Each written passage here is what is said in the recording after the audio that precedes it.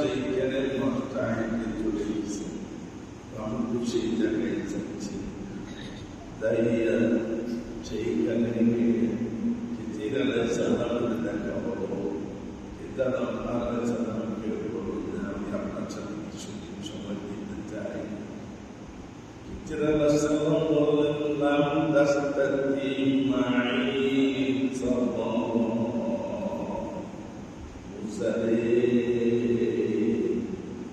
তোর মেজাজ এত বেশি বড়, তুই আমার সাথে সবর করে থাকতে পারবি না। তারপরে মুসা আলাইহিসসালাম বলল যে আমি সবরের সাথে থাকবো। তারপরে খিজির আলাইহিসসালামের নামে চললেন, নদী পার হয়েছেন। নদী পার হওয়ার পরে ওনার হাতের লাঠি দাঁড়ায় নৌকাটাকে ছিদ্র করে দিলেন। মুসা আলাইহিসসালাম বললেন, কি করলেন হুজুর? এই ব্যাপারে আমাদের বিনা পয়সায় নদীটা পার করে দিল, আর আপনি নৌকাটা ছিদ্র করে দিলেন। তো মুসারে বলেছিলেন, লাম তাস্তাতি মাই সাবরা। তারপরে গেলেন একটা ছেলেকে একটু বাড়ি বাড়ি দিলেন, বললেন যে আপনি একটা নতুন মানুষকে গেলাম মানবে দেবেন। তুমি আমার সাথে সবার করে থাকতে পারবে না, অনেক করার কথা বলবো না। আবার চলেছেন এক বাড়িতে যাইয়া, তাদের ওয়াল বসে পড়ে গেছে। এই ওয়াল বানাইতে বানাইতে সারাদিন গেল। মুসা আলাইহিসসালাম বললেন, যদি তাদের কিছু টাকা পয়সা পয়সা কাজ করবেন, তাও নিলেন না। তখন বলল যে মুসা রে, তোমার যে জ্ঞান নাই, এই জ্ঞান দিয়ে এতগুলো বুঝতে পারো না। সবার প্রথম যেই ঘটনা ঘটল, আমি যখন নৌকা পার করছি এমন সময় আমার আল্লাহ জানাই যেন এই দেশের বাদশাহী সমস্ত নতুন নৌকাগুলা নিয়ে যাবে, যেইগুলার মধ্যে কোনটা আইব আছে, যেগুলা কোনো এটার মধ্যে পানি আছে, এগুলা নেবে না।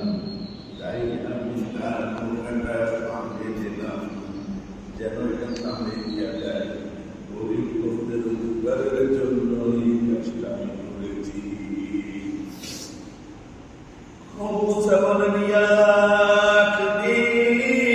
দ্বিতীয় ঘটনা, একটা ছেলের খেতে মারি ফেললেন। বলল এই ছেলেটার বাবা আল্লাহওয়ালা ছিল, সে একটা জালিম জন্ম হয়েছে। আমি তাকে মারি আল্লাহর কাছে দোয়া করেছি, আল্লাহ তোমার গদির করে আর একটা এখানকার লোক দুনিয়াতে পাঠাইয়া দাও। এই জন্য তাকে মারি দিয়ে মারি ফেলেছি। তৃতীয় ঘটনা, এইখানে যে গোয়াল করে দিলেন, এই গোয়ালের নিচে সোনা রূপা মনে মুদ্রা আছে। এই ছেলে দুটাই আমার আল্লাহ রাব্বুল ইজ্জত আমাকে জানাই দিয়েছেন, এই এতিমদের সম্পদটা যদি সৃষ্টি হয়, তাহলে এতিমদের সম্পদগুলো মানুষের ঢুকাইয়া ঢুকাইয়া নিয়ে যাবে। ও খিজির, ওয়ালটা তৈরি করে দাও, এতিমরা যেন তোমার বাবা পর্যন্ত এগুলা যেন কেউ না দেখতে পায়। হাজারা বলবো বাইনি ও বাইনা। খিজির আলাইহিসসালাম বললেন, আমার সাথে তোমার সাথে এই দূরত্ব, তোমার এমনি মাত্রতের জ্ঞান নাই, আর তুমি এই জন্য কিছু বুঝতে পারো।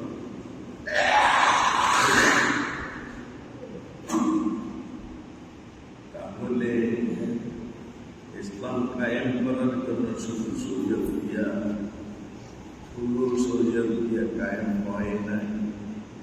শুধু শরীয়ত দিয়ে কায়েম হইলে মুসা আলাইহিস সালামের ইহুদিরা এরকম বদমাশি করত না। এই ইহুদিরা মুসা আলাইহিস সালাম যখন 40 দিনের সিজদায় গেছেন, তারা গরুকে হত্যা করা শুরু করছেন, তখন মুসা আলাইহিস সালাম তাদের যখন পিঠা দিছে, পিঠা দেওয়ার পরে এই মুসা আলাইহিস সালামের উম্মতেরা হিন্দু কোষ পর্বতের ভিতরে নিয়ে আসিয়া হিন্দুস্তানে ঢুকছে। ওই মূর্তি আমরা পড়েছি ছোটবেলায়, আর যুগের ভিতরে আসিয়া স্থান নিয়েছে। এই হিন্দুরা, এটাই হিন্দুদের অংশ, হিন্দুরা হিন্দুদের অংশ, কিন্তু তাদের জ্ঞান ছিল না মাহফুজের, এই জন্য তারা সাকসেসফুল হতে পারে না। আল্লাহ রাব্বুল ইজ্জত ঈসা আলাইহিস সালামকে শুধু মাহফুজের জ্ঞান দিয়েছিলেন। জন্মের পরে যখন বিনা বাবায় মায়ের পেটের থেকে বাচ্চা জন্ম হয়েছে, মানুষে পেটে উঠতে আছে, আর মরিয়ম আলাইহিস সালাম পেটে উঠতে আছে। তোমার বাপ ওই বাইতুল মুকাদ্দাসে ইমাম ছিল, তোমার মাও একটা ভালো মানুষ ছিল, তোমার বাবা মার ভিতর থেকে তোমার জন্ম, তুমি কি করে এই বাচ্চা পেটে নিয়া বাচ্চা জন্ম দিলা? মরিয়ম আলাইহিস সালাম বললেন, তোমরা তাকে জিজ্ঞেস করো। আমি বলবো যে সেই সহিয়া সবত বাচ্চা কিভাবে কথা বললেন। উনি তখন বললেন, বাচ্চা জন্ম হয়েছে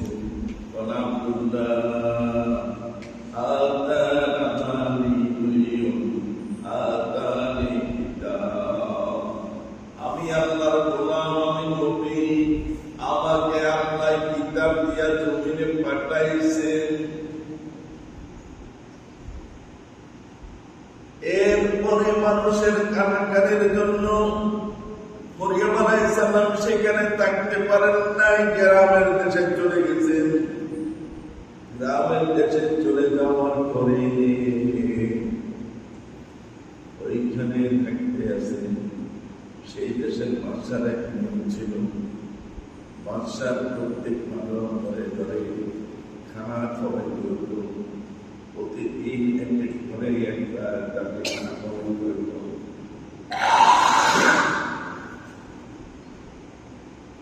এর জন্য আইটেম আছে, বিরিয়ানি কি খানা দিতে হলো, কি কি আইটেম দিতে হলো, সেগুলোর একটা ম্যানুয়াল ছিল বাদশার। এখন এই বাসায় পড়ছে একদিন, কিন্তু তারা গরিব, তারা তো বাদশার খানা দিতে পারবে না। মরিয়ম আলাইহিস সালাম বললেন, তারা অনেক কষ্ট করে আমাদেরকে টাকা দিয়েছে, খাওয়ার টাকা দিয়েছে, আমাদের খাওয়াইতে আছে, তারা গরিব মানুষ, বাদশার খানা দিতে পারবে না। তুমি তোমার একটা মুজিজা দেখাইয়া দাও। ঈসা আলাইহিস সালাম বললেন, মা, মুজিজা দেখানোর পরে বহুত কষ্ট হবে মা। ও মা,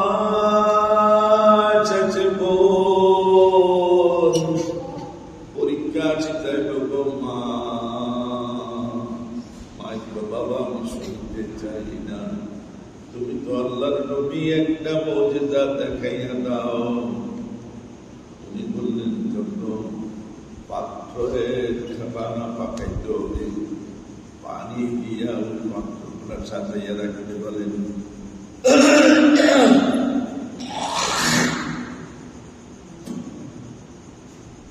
পানি দিয়া সাজাইয়া রেখেছেন। ঈসা আলাইহিস সালাম একবার দূরে যখন আসছেন, সমস্ত পাত্রের মধ্যে পাক হয়ে গেছে। বাদশা আসে খানা খাইল, খানা খাইয়া বলল যে এত সুস্বাদু খানা করতে তোমরা পেয়েছ, দোকানের কি তোমরা কিনো, কোনখান থেকে তোমরা ইয়ে করো। আমি প্রত্যেককে বলবো সেই দোকান থেকে ঘি কিনে আনার জন্য, সেই দোকান থেকে বাজার করার জন্য। এখন তারা গরিব মানুষ কিছুই বলে না, চুপ করে রয়েছেন। বাদশাহ বললো যে কথা বলো না হয় তোমাদেরকে কতল করে দেওয়া হবে। ঈসা আলাইহিস সালামের দিকে ইশারা বলে বললেন, উনি আল্লাহর নবী, উনি যেহেতু ঘুরিয়ে আসছে আর সমস্ত পাহাড় ঘুরিয়ে গেছে। বাদশাহ বললেন যে আপনি তো আল্লাহর নবী, আমার ছেলেটা মারা গেছে, ছেলেটাকে আপনি চিন্তা করে দিয়ে কি করবে যাইয়া বাদশার দিল্লায় বলছেন ছেলে গেছে। ওই দেশের মানুষ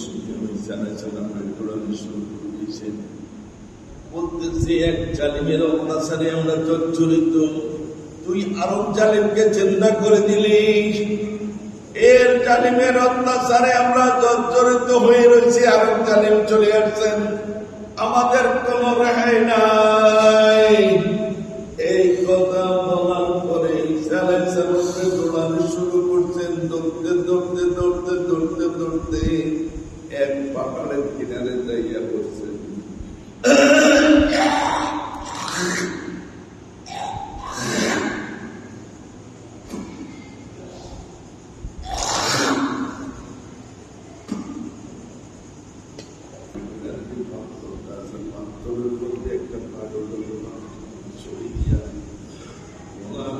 লাঠি দিয়ে বাড়ি দিল। দেখুন আব্দুল মিনাল ইবাদিল্লাহি সালিহিন বাইরে আসছেন, আর তার সামনে সমস্ত দেশ ঠিকানা জিজ্ঞেস করল, তুমিকে বললো যে আমি আল্লাহর গোলাম। তুমি এইখানে কেন, কত বছর এখানে আছো? ৬০ বছর। কিভাবে? দেখো আমি আমার মায়ের খেদমত করতাম, মার খেদমতে আমি পাগল ছিলাম, মাকে কোনদিন আমি কষ্ট দিই নাই। আমার খেদমতে মা আমার করে শুরিয়া গেছে। মা আল্লাহর কাছে দোয়া করছে, না আল্লাহ আমি মারা যাওয়ার পরে আমার ছেলেটাকে পাথরের ভিতরে বসাইয়া বসাইয়া তোমার ইবাদত করাইও, আর বেহেশতের থেকে তুমি আমার ছেলেকে খানার ব্যবস্থা করে দিও। মায়ের কানার পরে আল্লাহ রব্বুল ইজ্জত আমাকে পাথরের ভিতরে স্থান করে দিয়েছেন। আমি গত ৬০ বছর আমি এই এক পাথরের ভিতরে আল্লাহর ইবাদত করতে আছি, আর এই খানাগুলো আমার বেহেশতের দিকে চলে আসে। ঈসা আলাইহিস সালাম বললেন, আতাজ্জাবনি, আমাকে তুমি তাজ্জব বানাইয়া দিলাম। বলল যে ঈসা আমি তো ৬০ বছর এখানে ইবাদত করেছি, এমন নবী জমিনে আসবে যে নবীর এক রাত্রের ইবাদতের সমান আমি করতে পারি না। এমন সময় ঈসা আলাইহিস সালাম ওইখানে দাঁড়াই দোয়া করেছেন, সেই নবীর উম্মত হিসাবে আমাকে জমিনে পাঠাইও। ঈসা আলাইহিস সালাম সাকসেসফুল হতে পারতেন না, মুসা আলাইহিস সালাম সাকসেসফুল হতে পারতেন না। আমার নবী মুহাম্মদ সাল্লাল্লাহু আলাইহি সাল্লামকে দুইটা জিনিস দিয়েছেন, আল্লাহ রাব্বুল ইজ্জত কোরআন মধ্যে বলেছেন, আল্লামা বিল কলম, কলমের ইলম দান করেছেন। শরীয়ত দুনিয়ার যত ইলম আছে, ইংলিশে অনার্স করা, অ্যারাবিকে অনার্স করা, ইঞ্জিনিয়ার হওয়া, সব ইলম কলমের ভিতরে।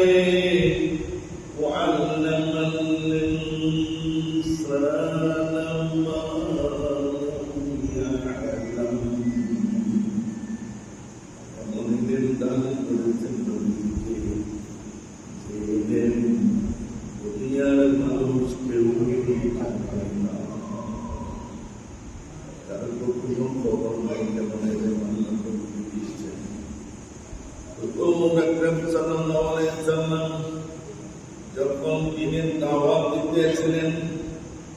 দিনের দাওয়াত দেওয়ার পরে গোপনে গোপন দাওয়াত দিতেছেন, এমন সময় আল্লাহ কোরআন নাযিল করেছেন, সেইটা জান্নাত হে নবী আপনারা দৃষ্টিকোণ দিকে দেখেন, তাদেরকেও দাওয়াত দেন। আয়াত নাযিল হওয়ার পরে সমস্ত কুরের দিগকে ডাক দিলেন। নবীজি আবু কুবেস পাহাড়ের উপরে একটা জায়গা ছিল,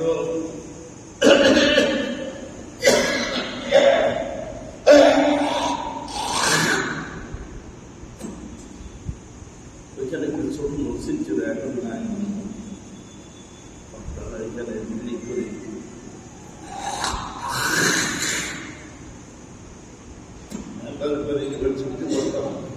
আমরা ওই মসজিদের সামনে বসে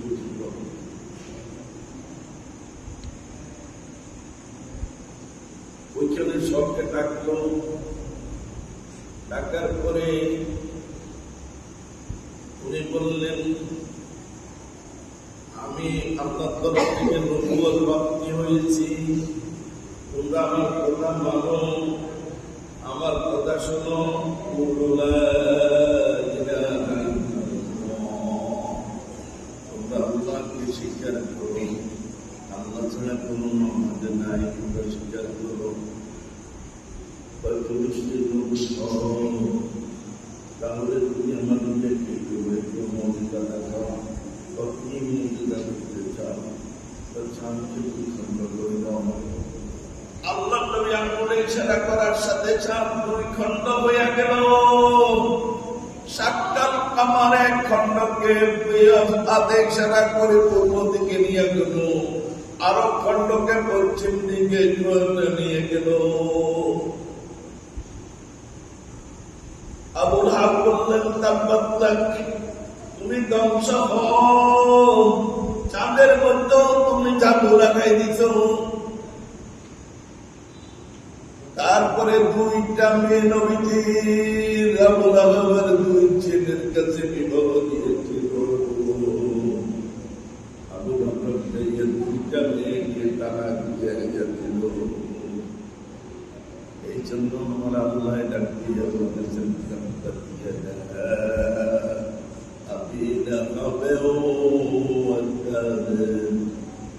আবু লাহাবের যে আঞ্জুমিয়া নবীর মেয়েদেরকে তালাক দিয়েছে, আল্লাহ বলতেছেন তার দুই হস্ত ধ্বংস হইয়া যাও।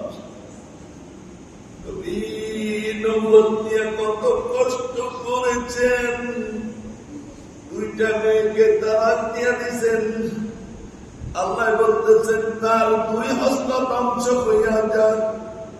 মা আগনা আনহু মালুহু ওয়া মা কাসাব, আবু লাহাবের যত সম্পদ আছে, যত কিছু আছে, সব ধ্বংস হইয়া যায়। নবীর কাছে ছিল ইলমে মারিফত, আরেকটি ছিল ইলমে শরীয়ত। দুইটা দিয়া নবী দিতে পাঠাইছেন। আল্লামা ওয়াল কলম, আল্লামা আল ইনসান মা লাম ইয়ালাম। এখন নবীর উম্মতেরা এই মাহবুব দিয়া দিনের খেদমত কিভাবে করতে আছে, যারা শুরু শরীয়ত দিয়া মুসা আলাইহিস সালাম থেকে সাকসেসফুল হয় না, এই মুরব্বীরা এই মুসা আলাইহিস সালামের মতই মসজিদ করে কোন মানুষকে হেদায়েত করতে পারে না। আর দুইটা একত্রে আল্লাহ তৈরি করেছেন, আল্লামা বিল কলম আর আল্লামা আল ইনসান মা লাম ইয়ালাম। দুইটা, একটা হইছে আপনি মাদ্রাসায় পড়ে শিক্ষিত হয়েছেন, আর একটা এলেম হয়েছে যে এলেমের আপনাদের কোনো খবর নেই। এই এলেম ছাড়া, দুইটা সমন্বয় ছাড়া কেউই ইসলামের দাওয়াত দায়ী হতে পারে না। খাজা গরিবুল্লাহ আমাদের ইসলামের দায়ী ছিল, যার ছেলে আমরা এই দেশের মুসলমান হয়েছি, উনি যখন মদিনা শরীফ থেকে চলে আসেন, আল্লাহ নবী বললেন তুমি যাও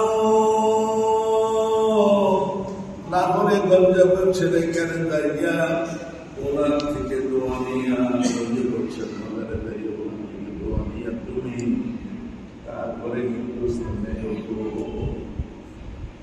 মন্দির বংশের মাতারে চিন্তা করেছে যে চিন্তার জায়গাটা এখনো সংরক্ষিত আছে আর ওইখান থেকে আসার সময় খাজা সাহেব বলছেন বন্দে পাশে নূরে খোদা বন্দে পাশে পাশে মদহরে নূরে খোদা আপে সারা পীর কামিল কামিলা ওইখান থেকে যখন আজমির শরীফ আসলেন, আজমির শরীফ আসি একখানে জায়গা করলেন, জায়গা করার পরে এখানে খিমা দাঁড়াইলেন। বাদশার লোকেরা বলল যে এইখানে থাকা যাবে না, এটা মুখখানে থাকার জায়গা। বললো যে আমরা কয়েকজন লোক মাত্র এক নদী আমরা না, এটা উটের জায়গা, এইটা উটের জায়গা তোমাদের থাকতে দেব না এখানে, তোমরা এইখান থেকে চলে যাও, আমাদের উট এইখানে শোবে। খাজা সাহেব বললেন দিন শুয়ে থাক, তোমাদের এই অন্য জায়গায় চলে গেলেন। অন্য জায়গায় চলে যাওয়ার পরে পরের দিন কোনো উঠে না, উঠ তো শুয়ে রয়েছে উঠে না। বিরাজ করলো যে কি হয়েছে ঘটনা, উঠ কেন ওঠে না? ওই একটা অভ্যেস আসছিল মুসলমান দরবেশ, এইখানে বসছিল, আমরা তাকে উঠে দিয়েছি। যাও তার কাছে মাপ চাওয়ার পরে উঠে গেছে। উঠ উঠে গেছে যখন আজমির শরীফে উনি কিমা দাঁড়াইলেন। এখন মুসলমানেরা আনাশা করে যাইয়া উজু করেন, গোসল করেন, এইটা তাদের আনাশা করা হয়ে গেছে। তোমরা মুসলমান এইখানে আনাশা করে অপবিত্র করে দিয়েছ, তোমরা এটার পানি ব্যবহার করতে পারবে না, পানি ব্যবহার করতে পারবো না, পানি ব্যবহার করতে পারবে না। অনেক আপত্তি বিনোদির পরেও পানি দেয় না। খাজা পরিবার নওয়াজ রহমতুল্লাহ আলাইহি ওনার খলিফাকে বললেন যাও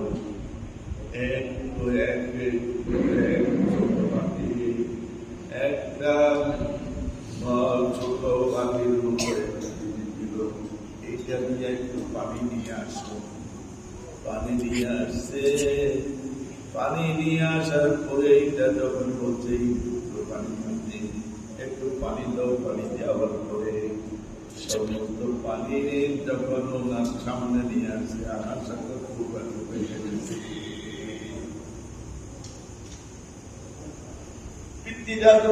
কিভাবে আনাসা শুকায় গেল? বললো যে মুসলমান দরবেশে এক ফুটা এক পানি দিয়েছিলাম, ওই যাও যাও তার কাছে মাপ চাও। যাই তার কাছে মাপ চাওয়ার পরে উনি যখন এই পানি ফুটা আমার আশা করে ছাড়ে দিচ্ছেন, সমস্ত আনাসা গর্ব হয়ে গেছে। এই কেরামতের সিদ্ধায় ৯০ লক্ষ হিন্দু মুসলমান হয়ে গেছে।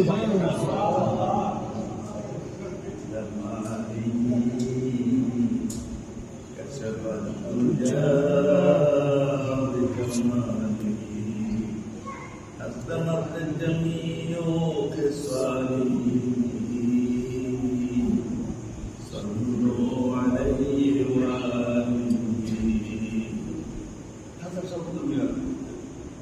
অনেক কিছু প্রোগ্রাম পাইছে মিলাদের বিরোধিতা করে, মিলাদের বিরুদ্ধে ইয়ে করে, কিন্তু এরা যে হারাম করে, এরা হারাম করতে আছে। এরা জিন ছালে, জিন ছাড়া, জিনের দিয়ে খেদমত নেওয়া, সম্পূর্ণ হারাম, সম্পূর্ণ হারাম। রাসূল আকরাম সাল্লাল্লাহু আলাইহি ওয়াসাল্লাম, নবী সাল্লাল্লাহু আলাইহি ওয়াসাল্লাম যখন জিনদের তাবিয়া করে ফেললেন, এক দুটি জিন নবী সাল্লাল্লাহু আলাইহি ওয়াসাল্লামকে মানল না। ওরা মদিনার কাছে এক গুহার মধ্যে 1,25,000 জিন এইখানে আশ্রয় নিল। নবী মুহাম্মদ সাল্লাল্লাহু আলাইহি ওয়াসাল্লামের বলতে পড়ে উনি বললেন যে সুলাইমান আলাইহিস সালামকে না নিয়ে এই জিনেরা এখানে গুহার ভিতরে গিয়ে আসো।